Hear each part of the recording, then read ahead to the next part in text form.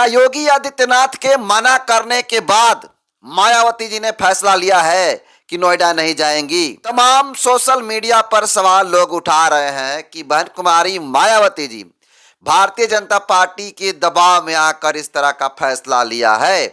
और तमाम आरोप जो है, जो विरोधी दल के लोग हैं वो आरोप लगा रहे हैं। आज के इस वीडियो में उस तथ्यों को दिखाने का काम करूंगा और असली जो चीज है बताने का काम करूंगा कि एक्चुअल में ऐसा क्या हुआ, जिसको लेकर के बसपा सुप्रीमो बहन कुमारी मायावती जी जो 6 दिसंबर को बाबा साहब डॉक्टर भीमराव अंबेडकर का परिनिर्वाण दिवस पर जो कार्यक्रम रखा गया है नोएडा में, उस कार्यक्रम में क्यों शरीक नहीं हो रही हैं।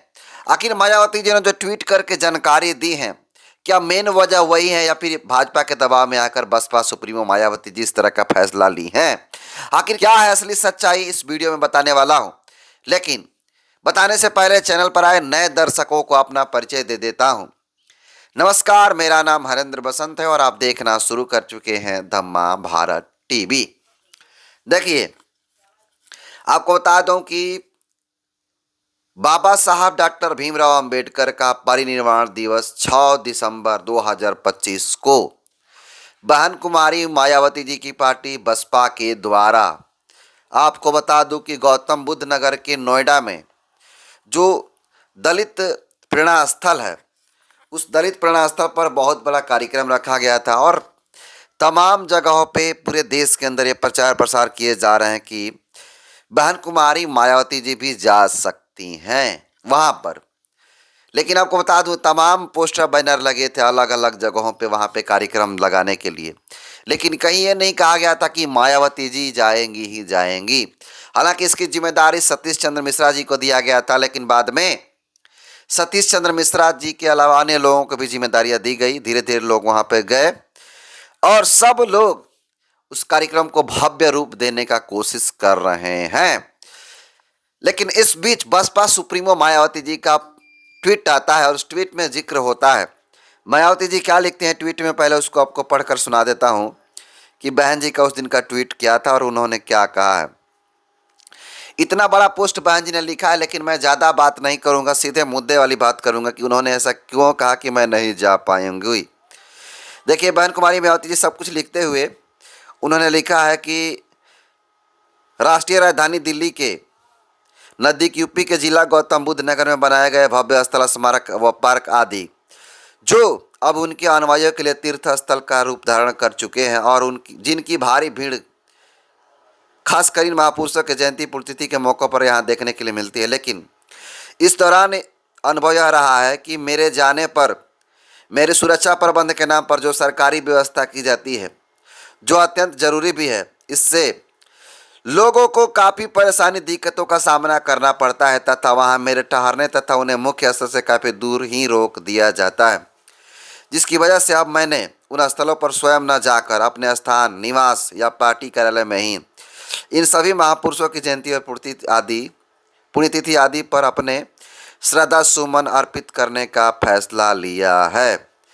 इस कार्यक्रम में परम पूज्य बाबा साहब डॉक्टर भीमराव अम्बेडकर की पुण्यतिथि पर पश्चिमी यूपी को छोड़कर उत्तर प्रदेश में पार्टी के लोग और उनके अनुयायी मेरे निर्देशानुसार आगामी 6 दिसंबर को लखनऊ के विशाल और भव्य डॉक्टर भीमराव अम्बेडकर सामाजिक परिवर्तन स्थल में तथा पश्चिमी यूपी, दिल्ली, उत्तराखंड स्टेट के लोग नोएडा में राष्ट्रीय दलित प्रेरणा स्थल अपने परिवार सहित पहुंचे। ये सारा स्टेटमेंट बहन कुमारी मायावती जी का है।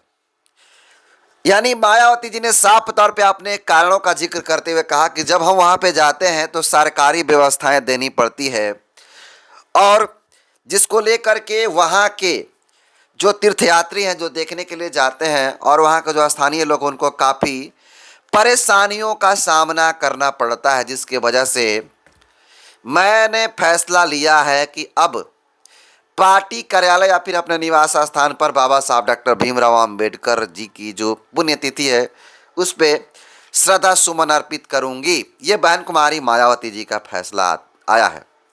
जैसे ही ट्वीट मायावती जी ने किया, उस ट्वीट को लेकर के जो विरोधी दल हैं या फिर समाजवादी पार्टी, बीजेपी और कांग्रेस के अन्य समाज के जो अन्य पार्टी के जो लोग समर्थक हैं, वो बहन कुमारी मायावती जी के इस ट्वीट को अलग अलग तरीके से तोड़ मरोड़ को पेश करने की कोशिश कर रहे हैं।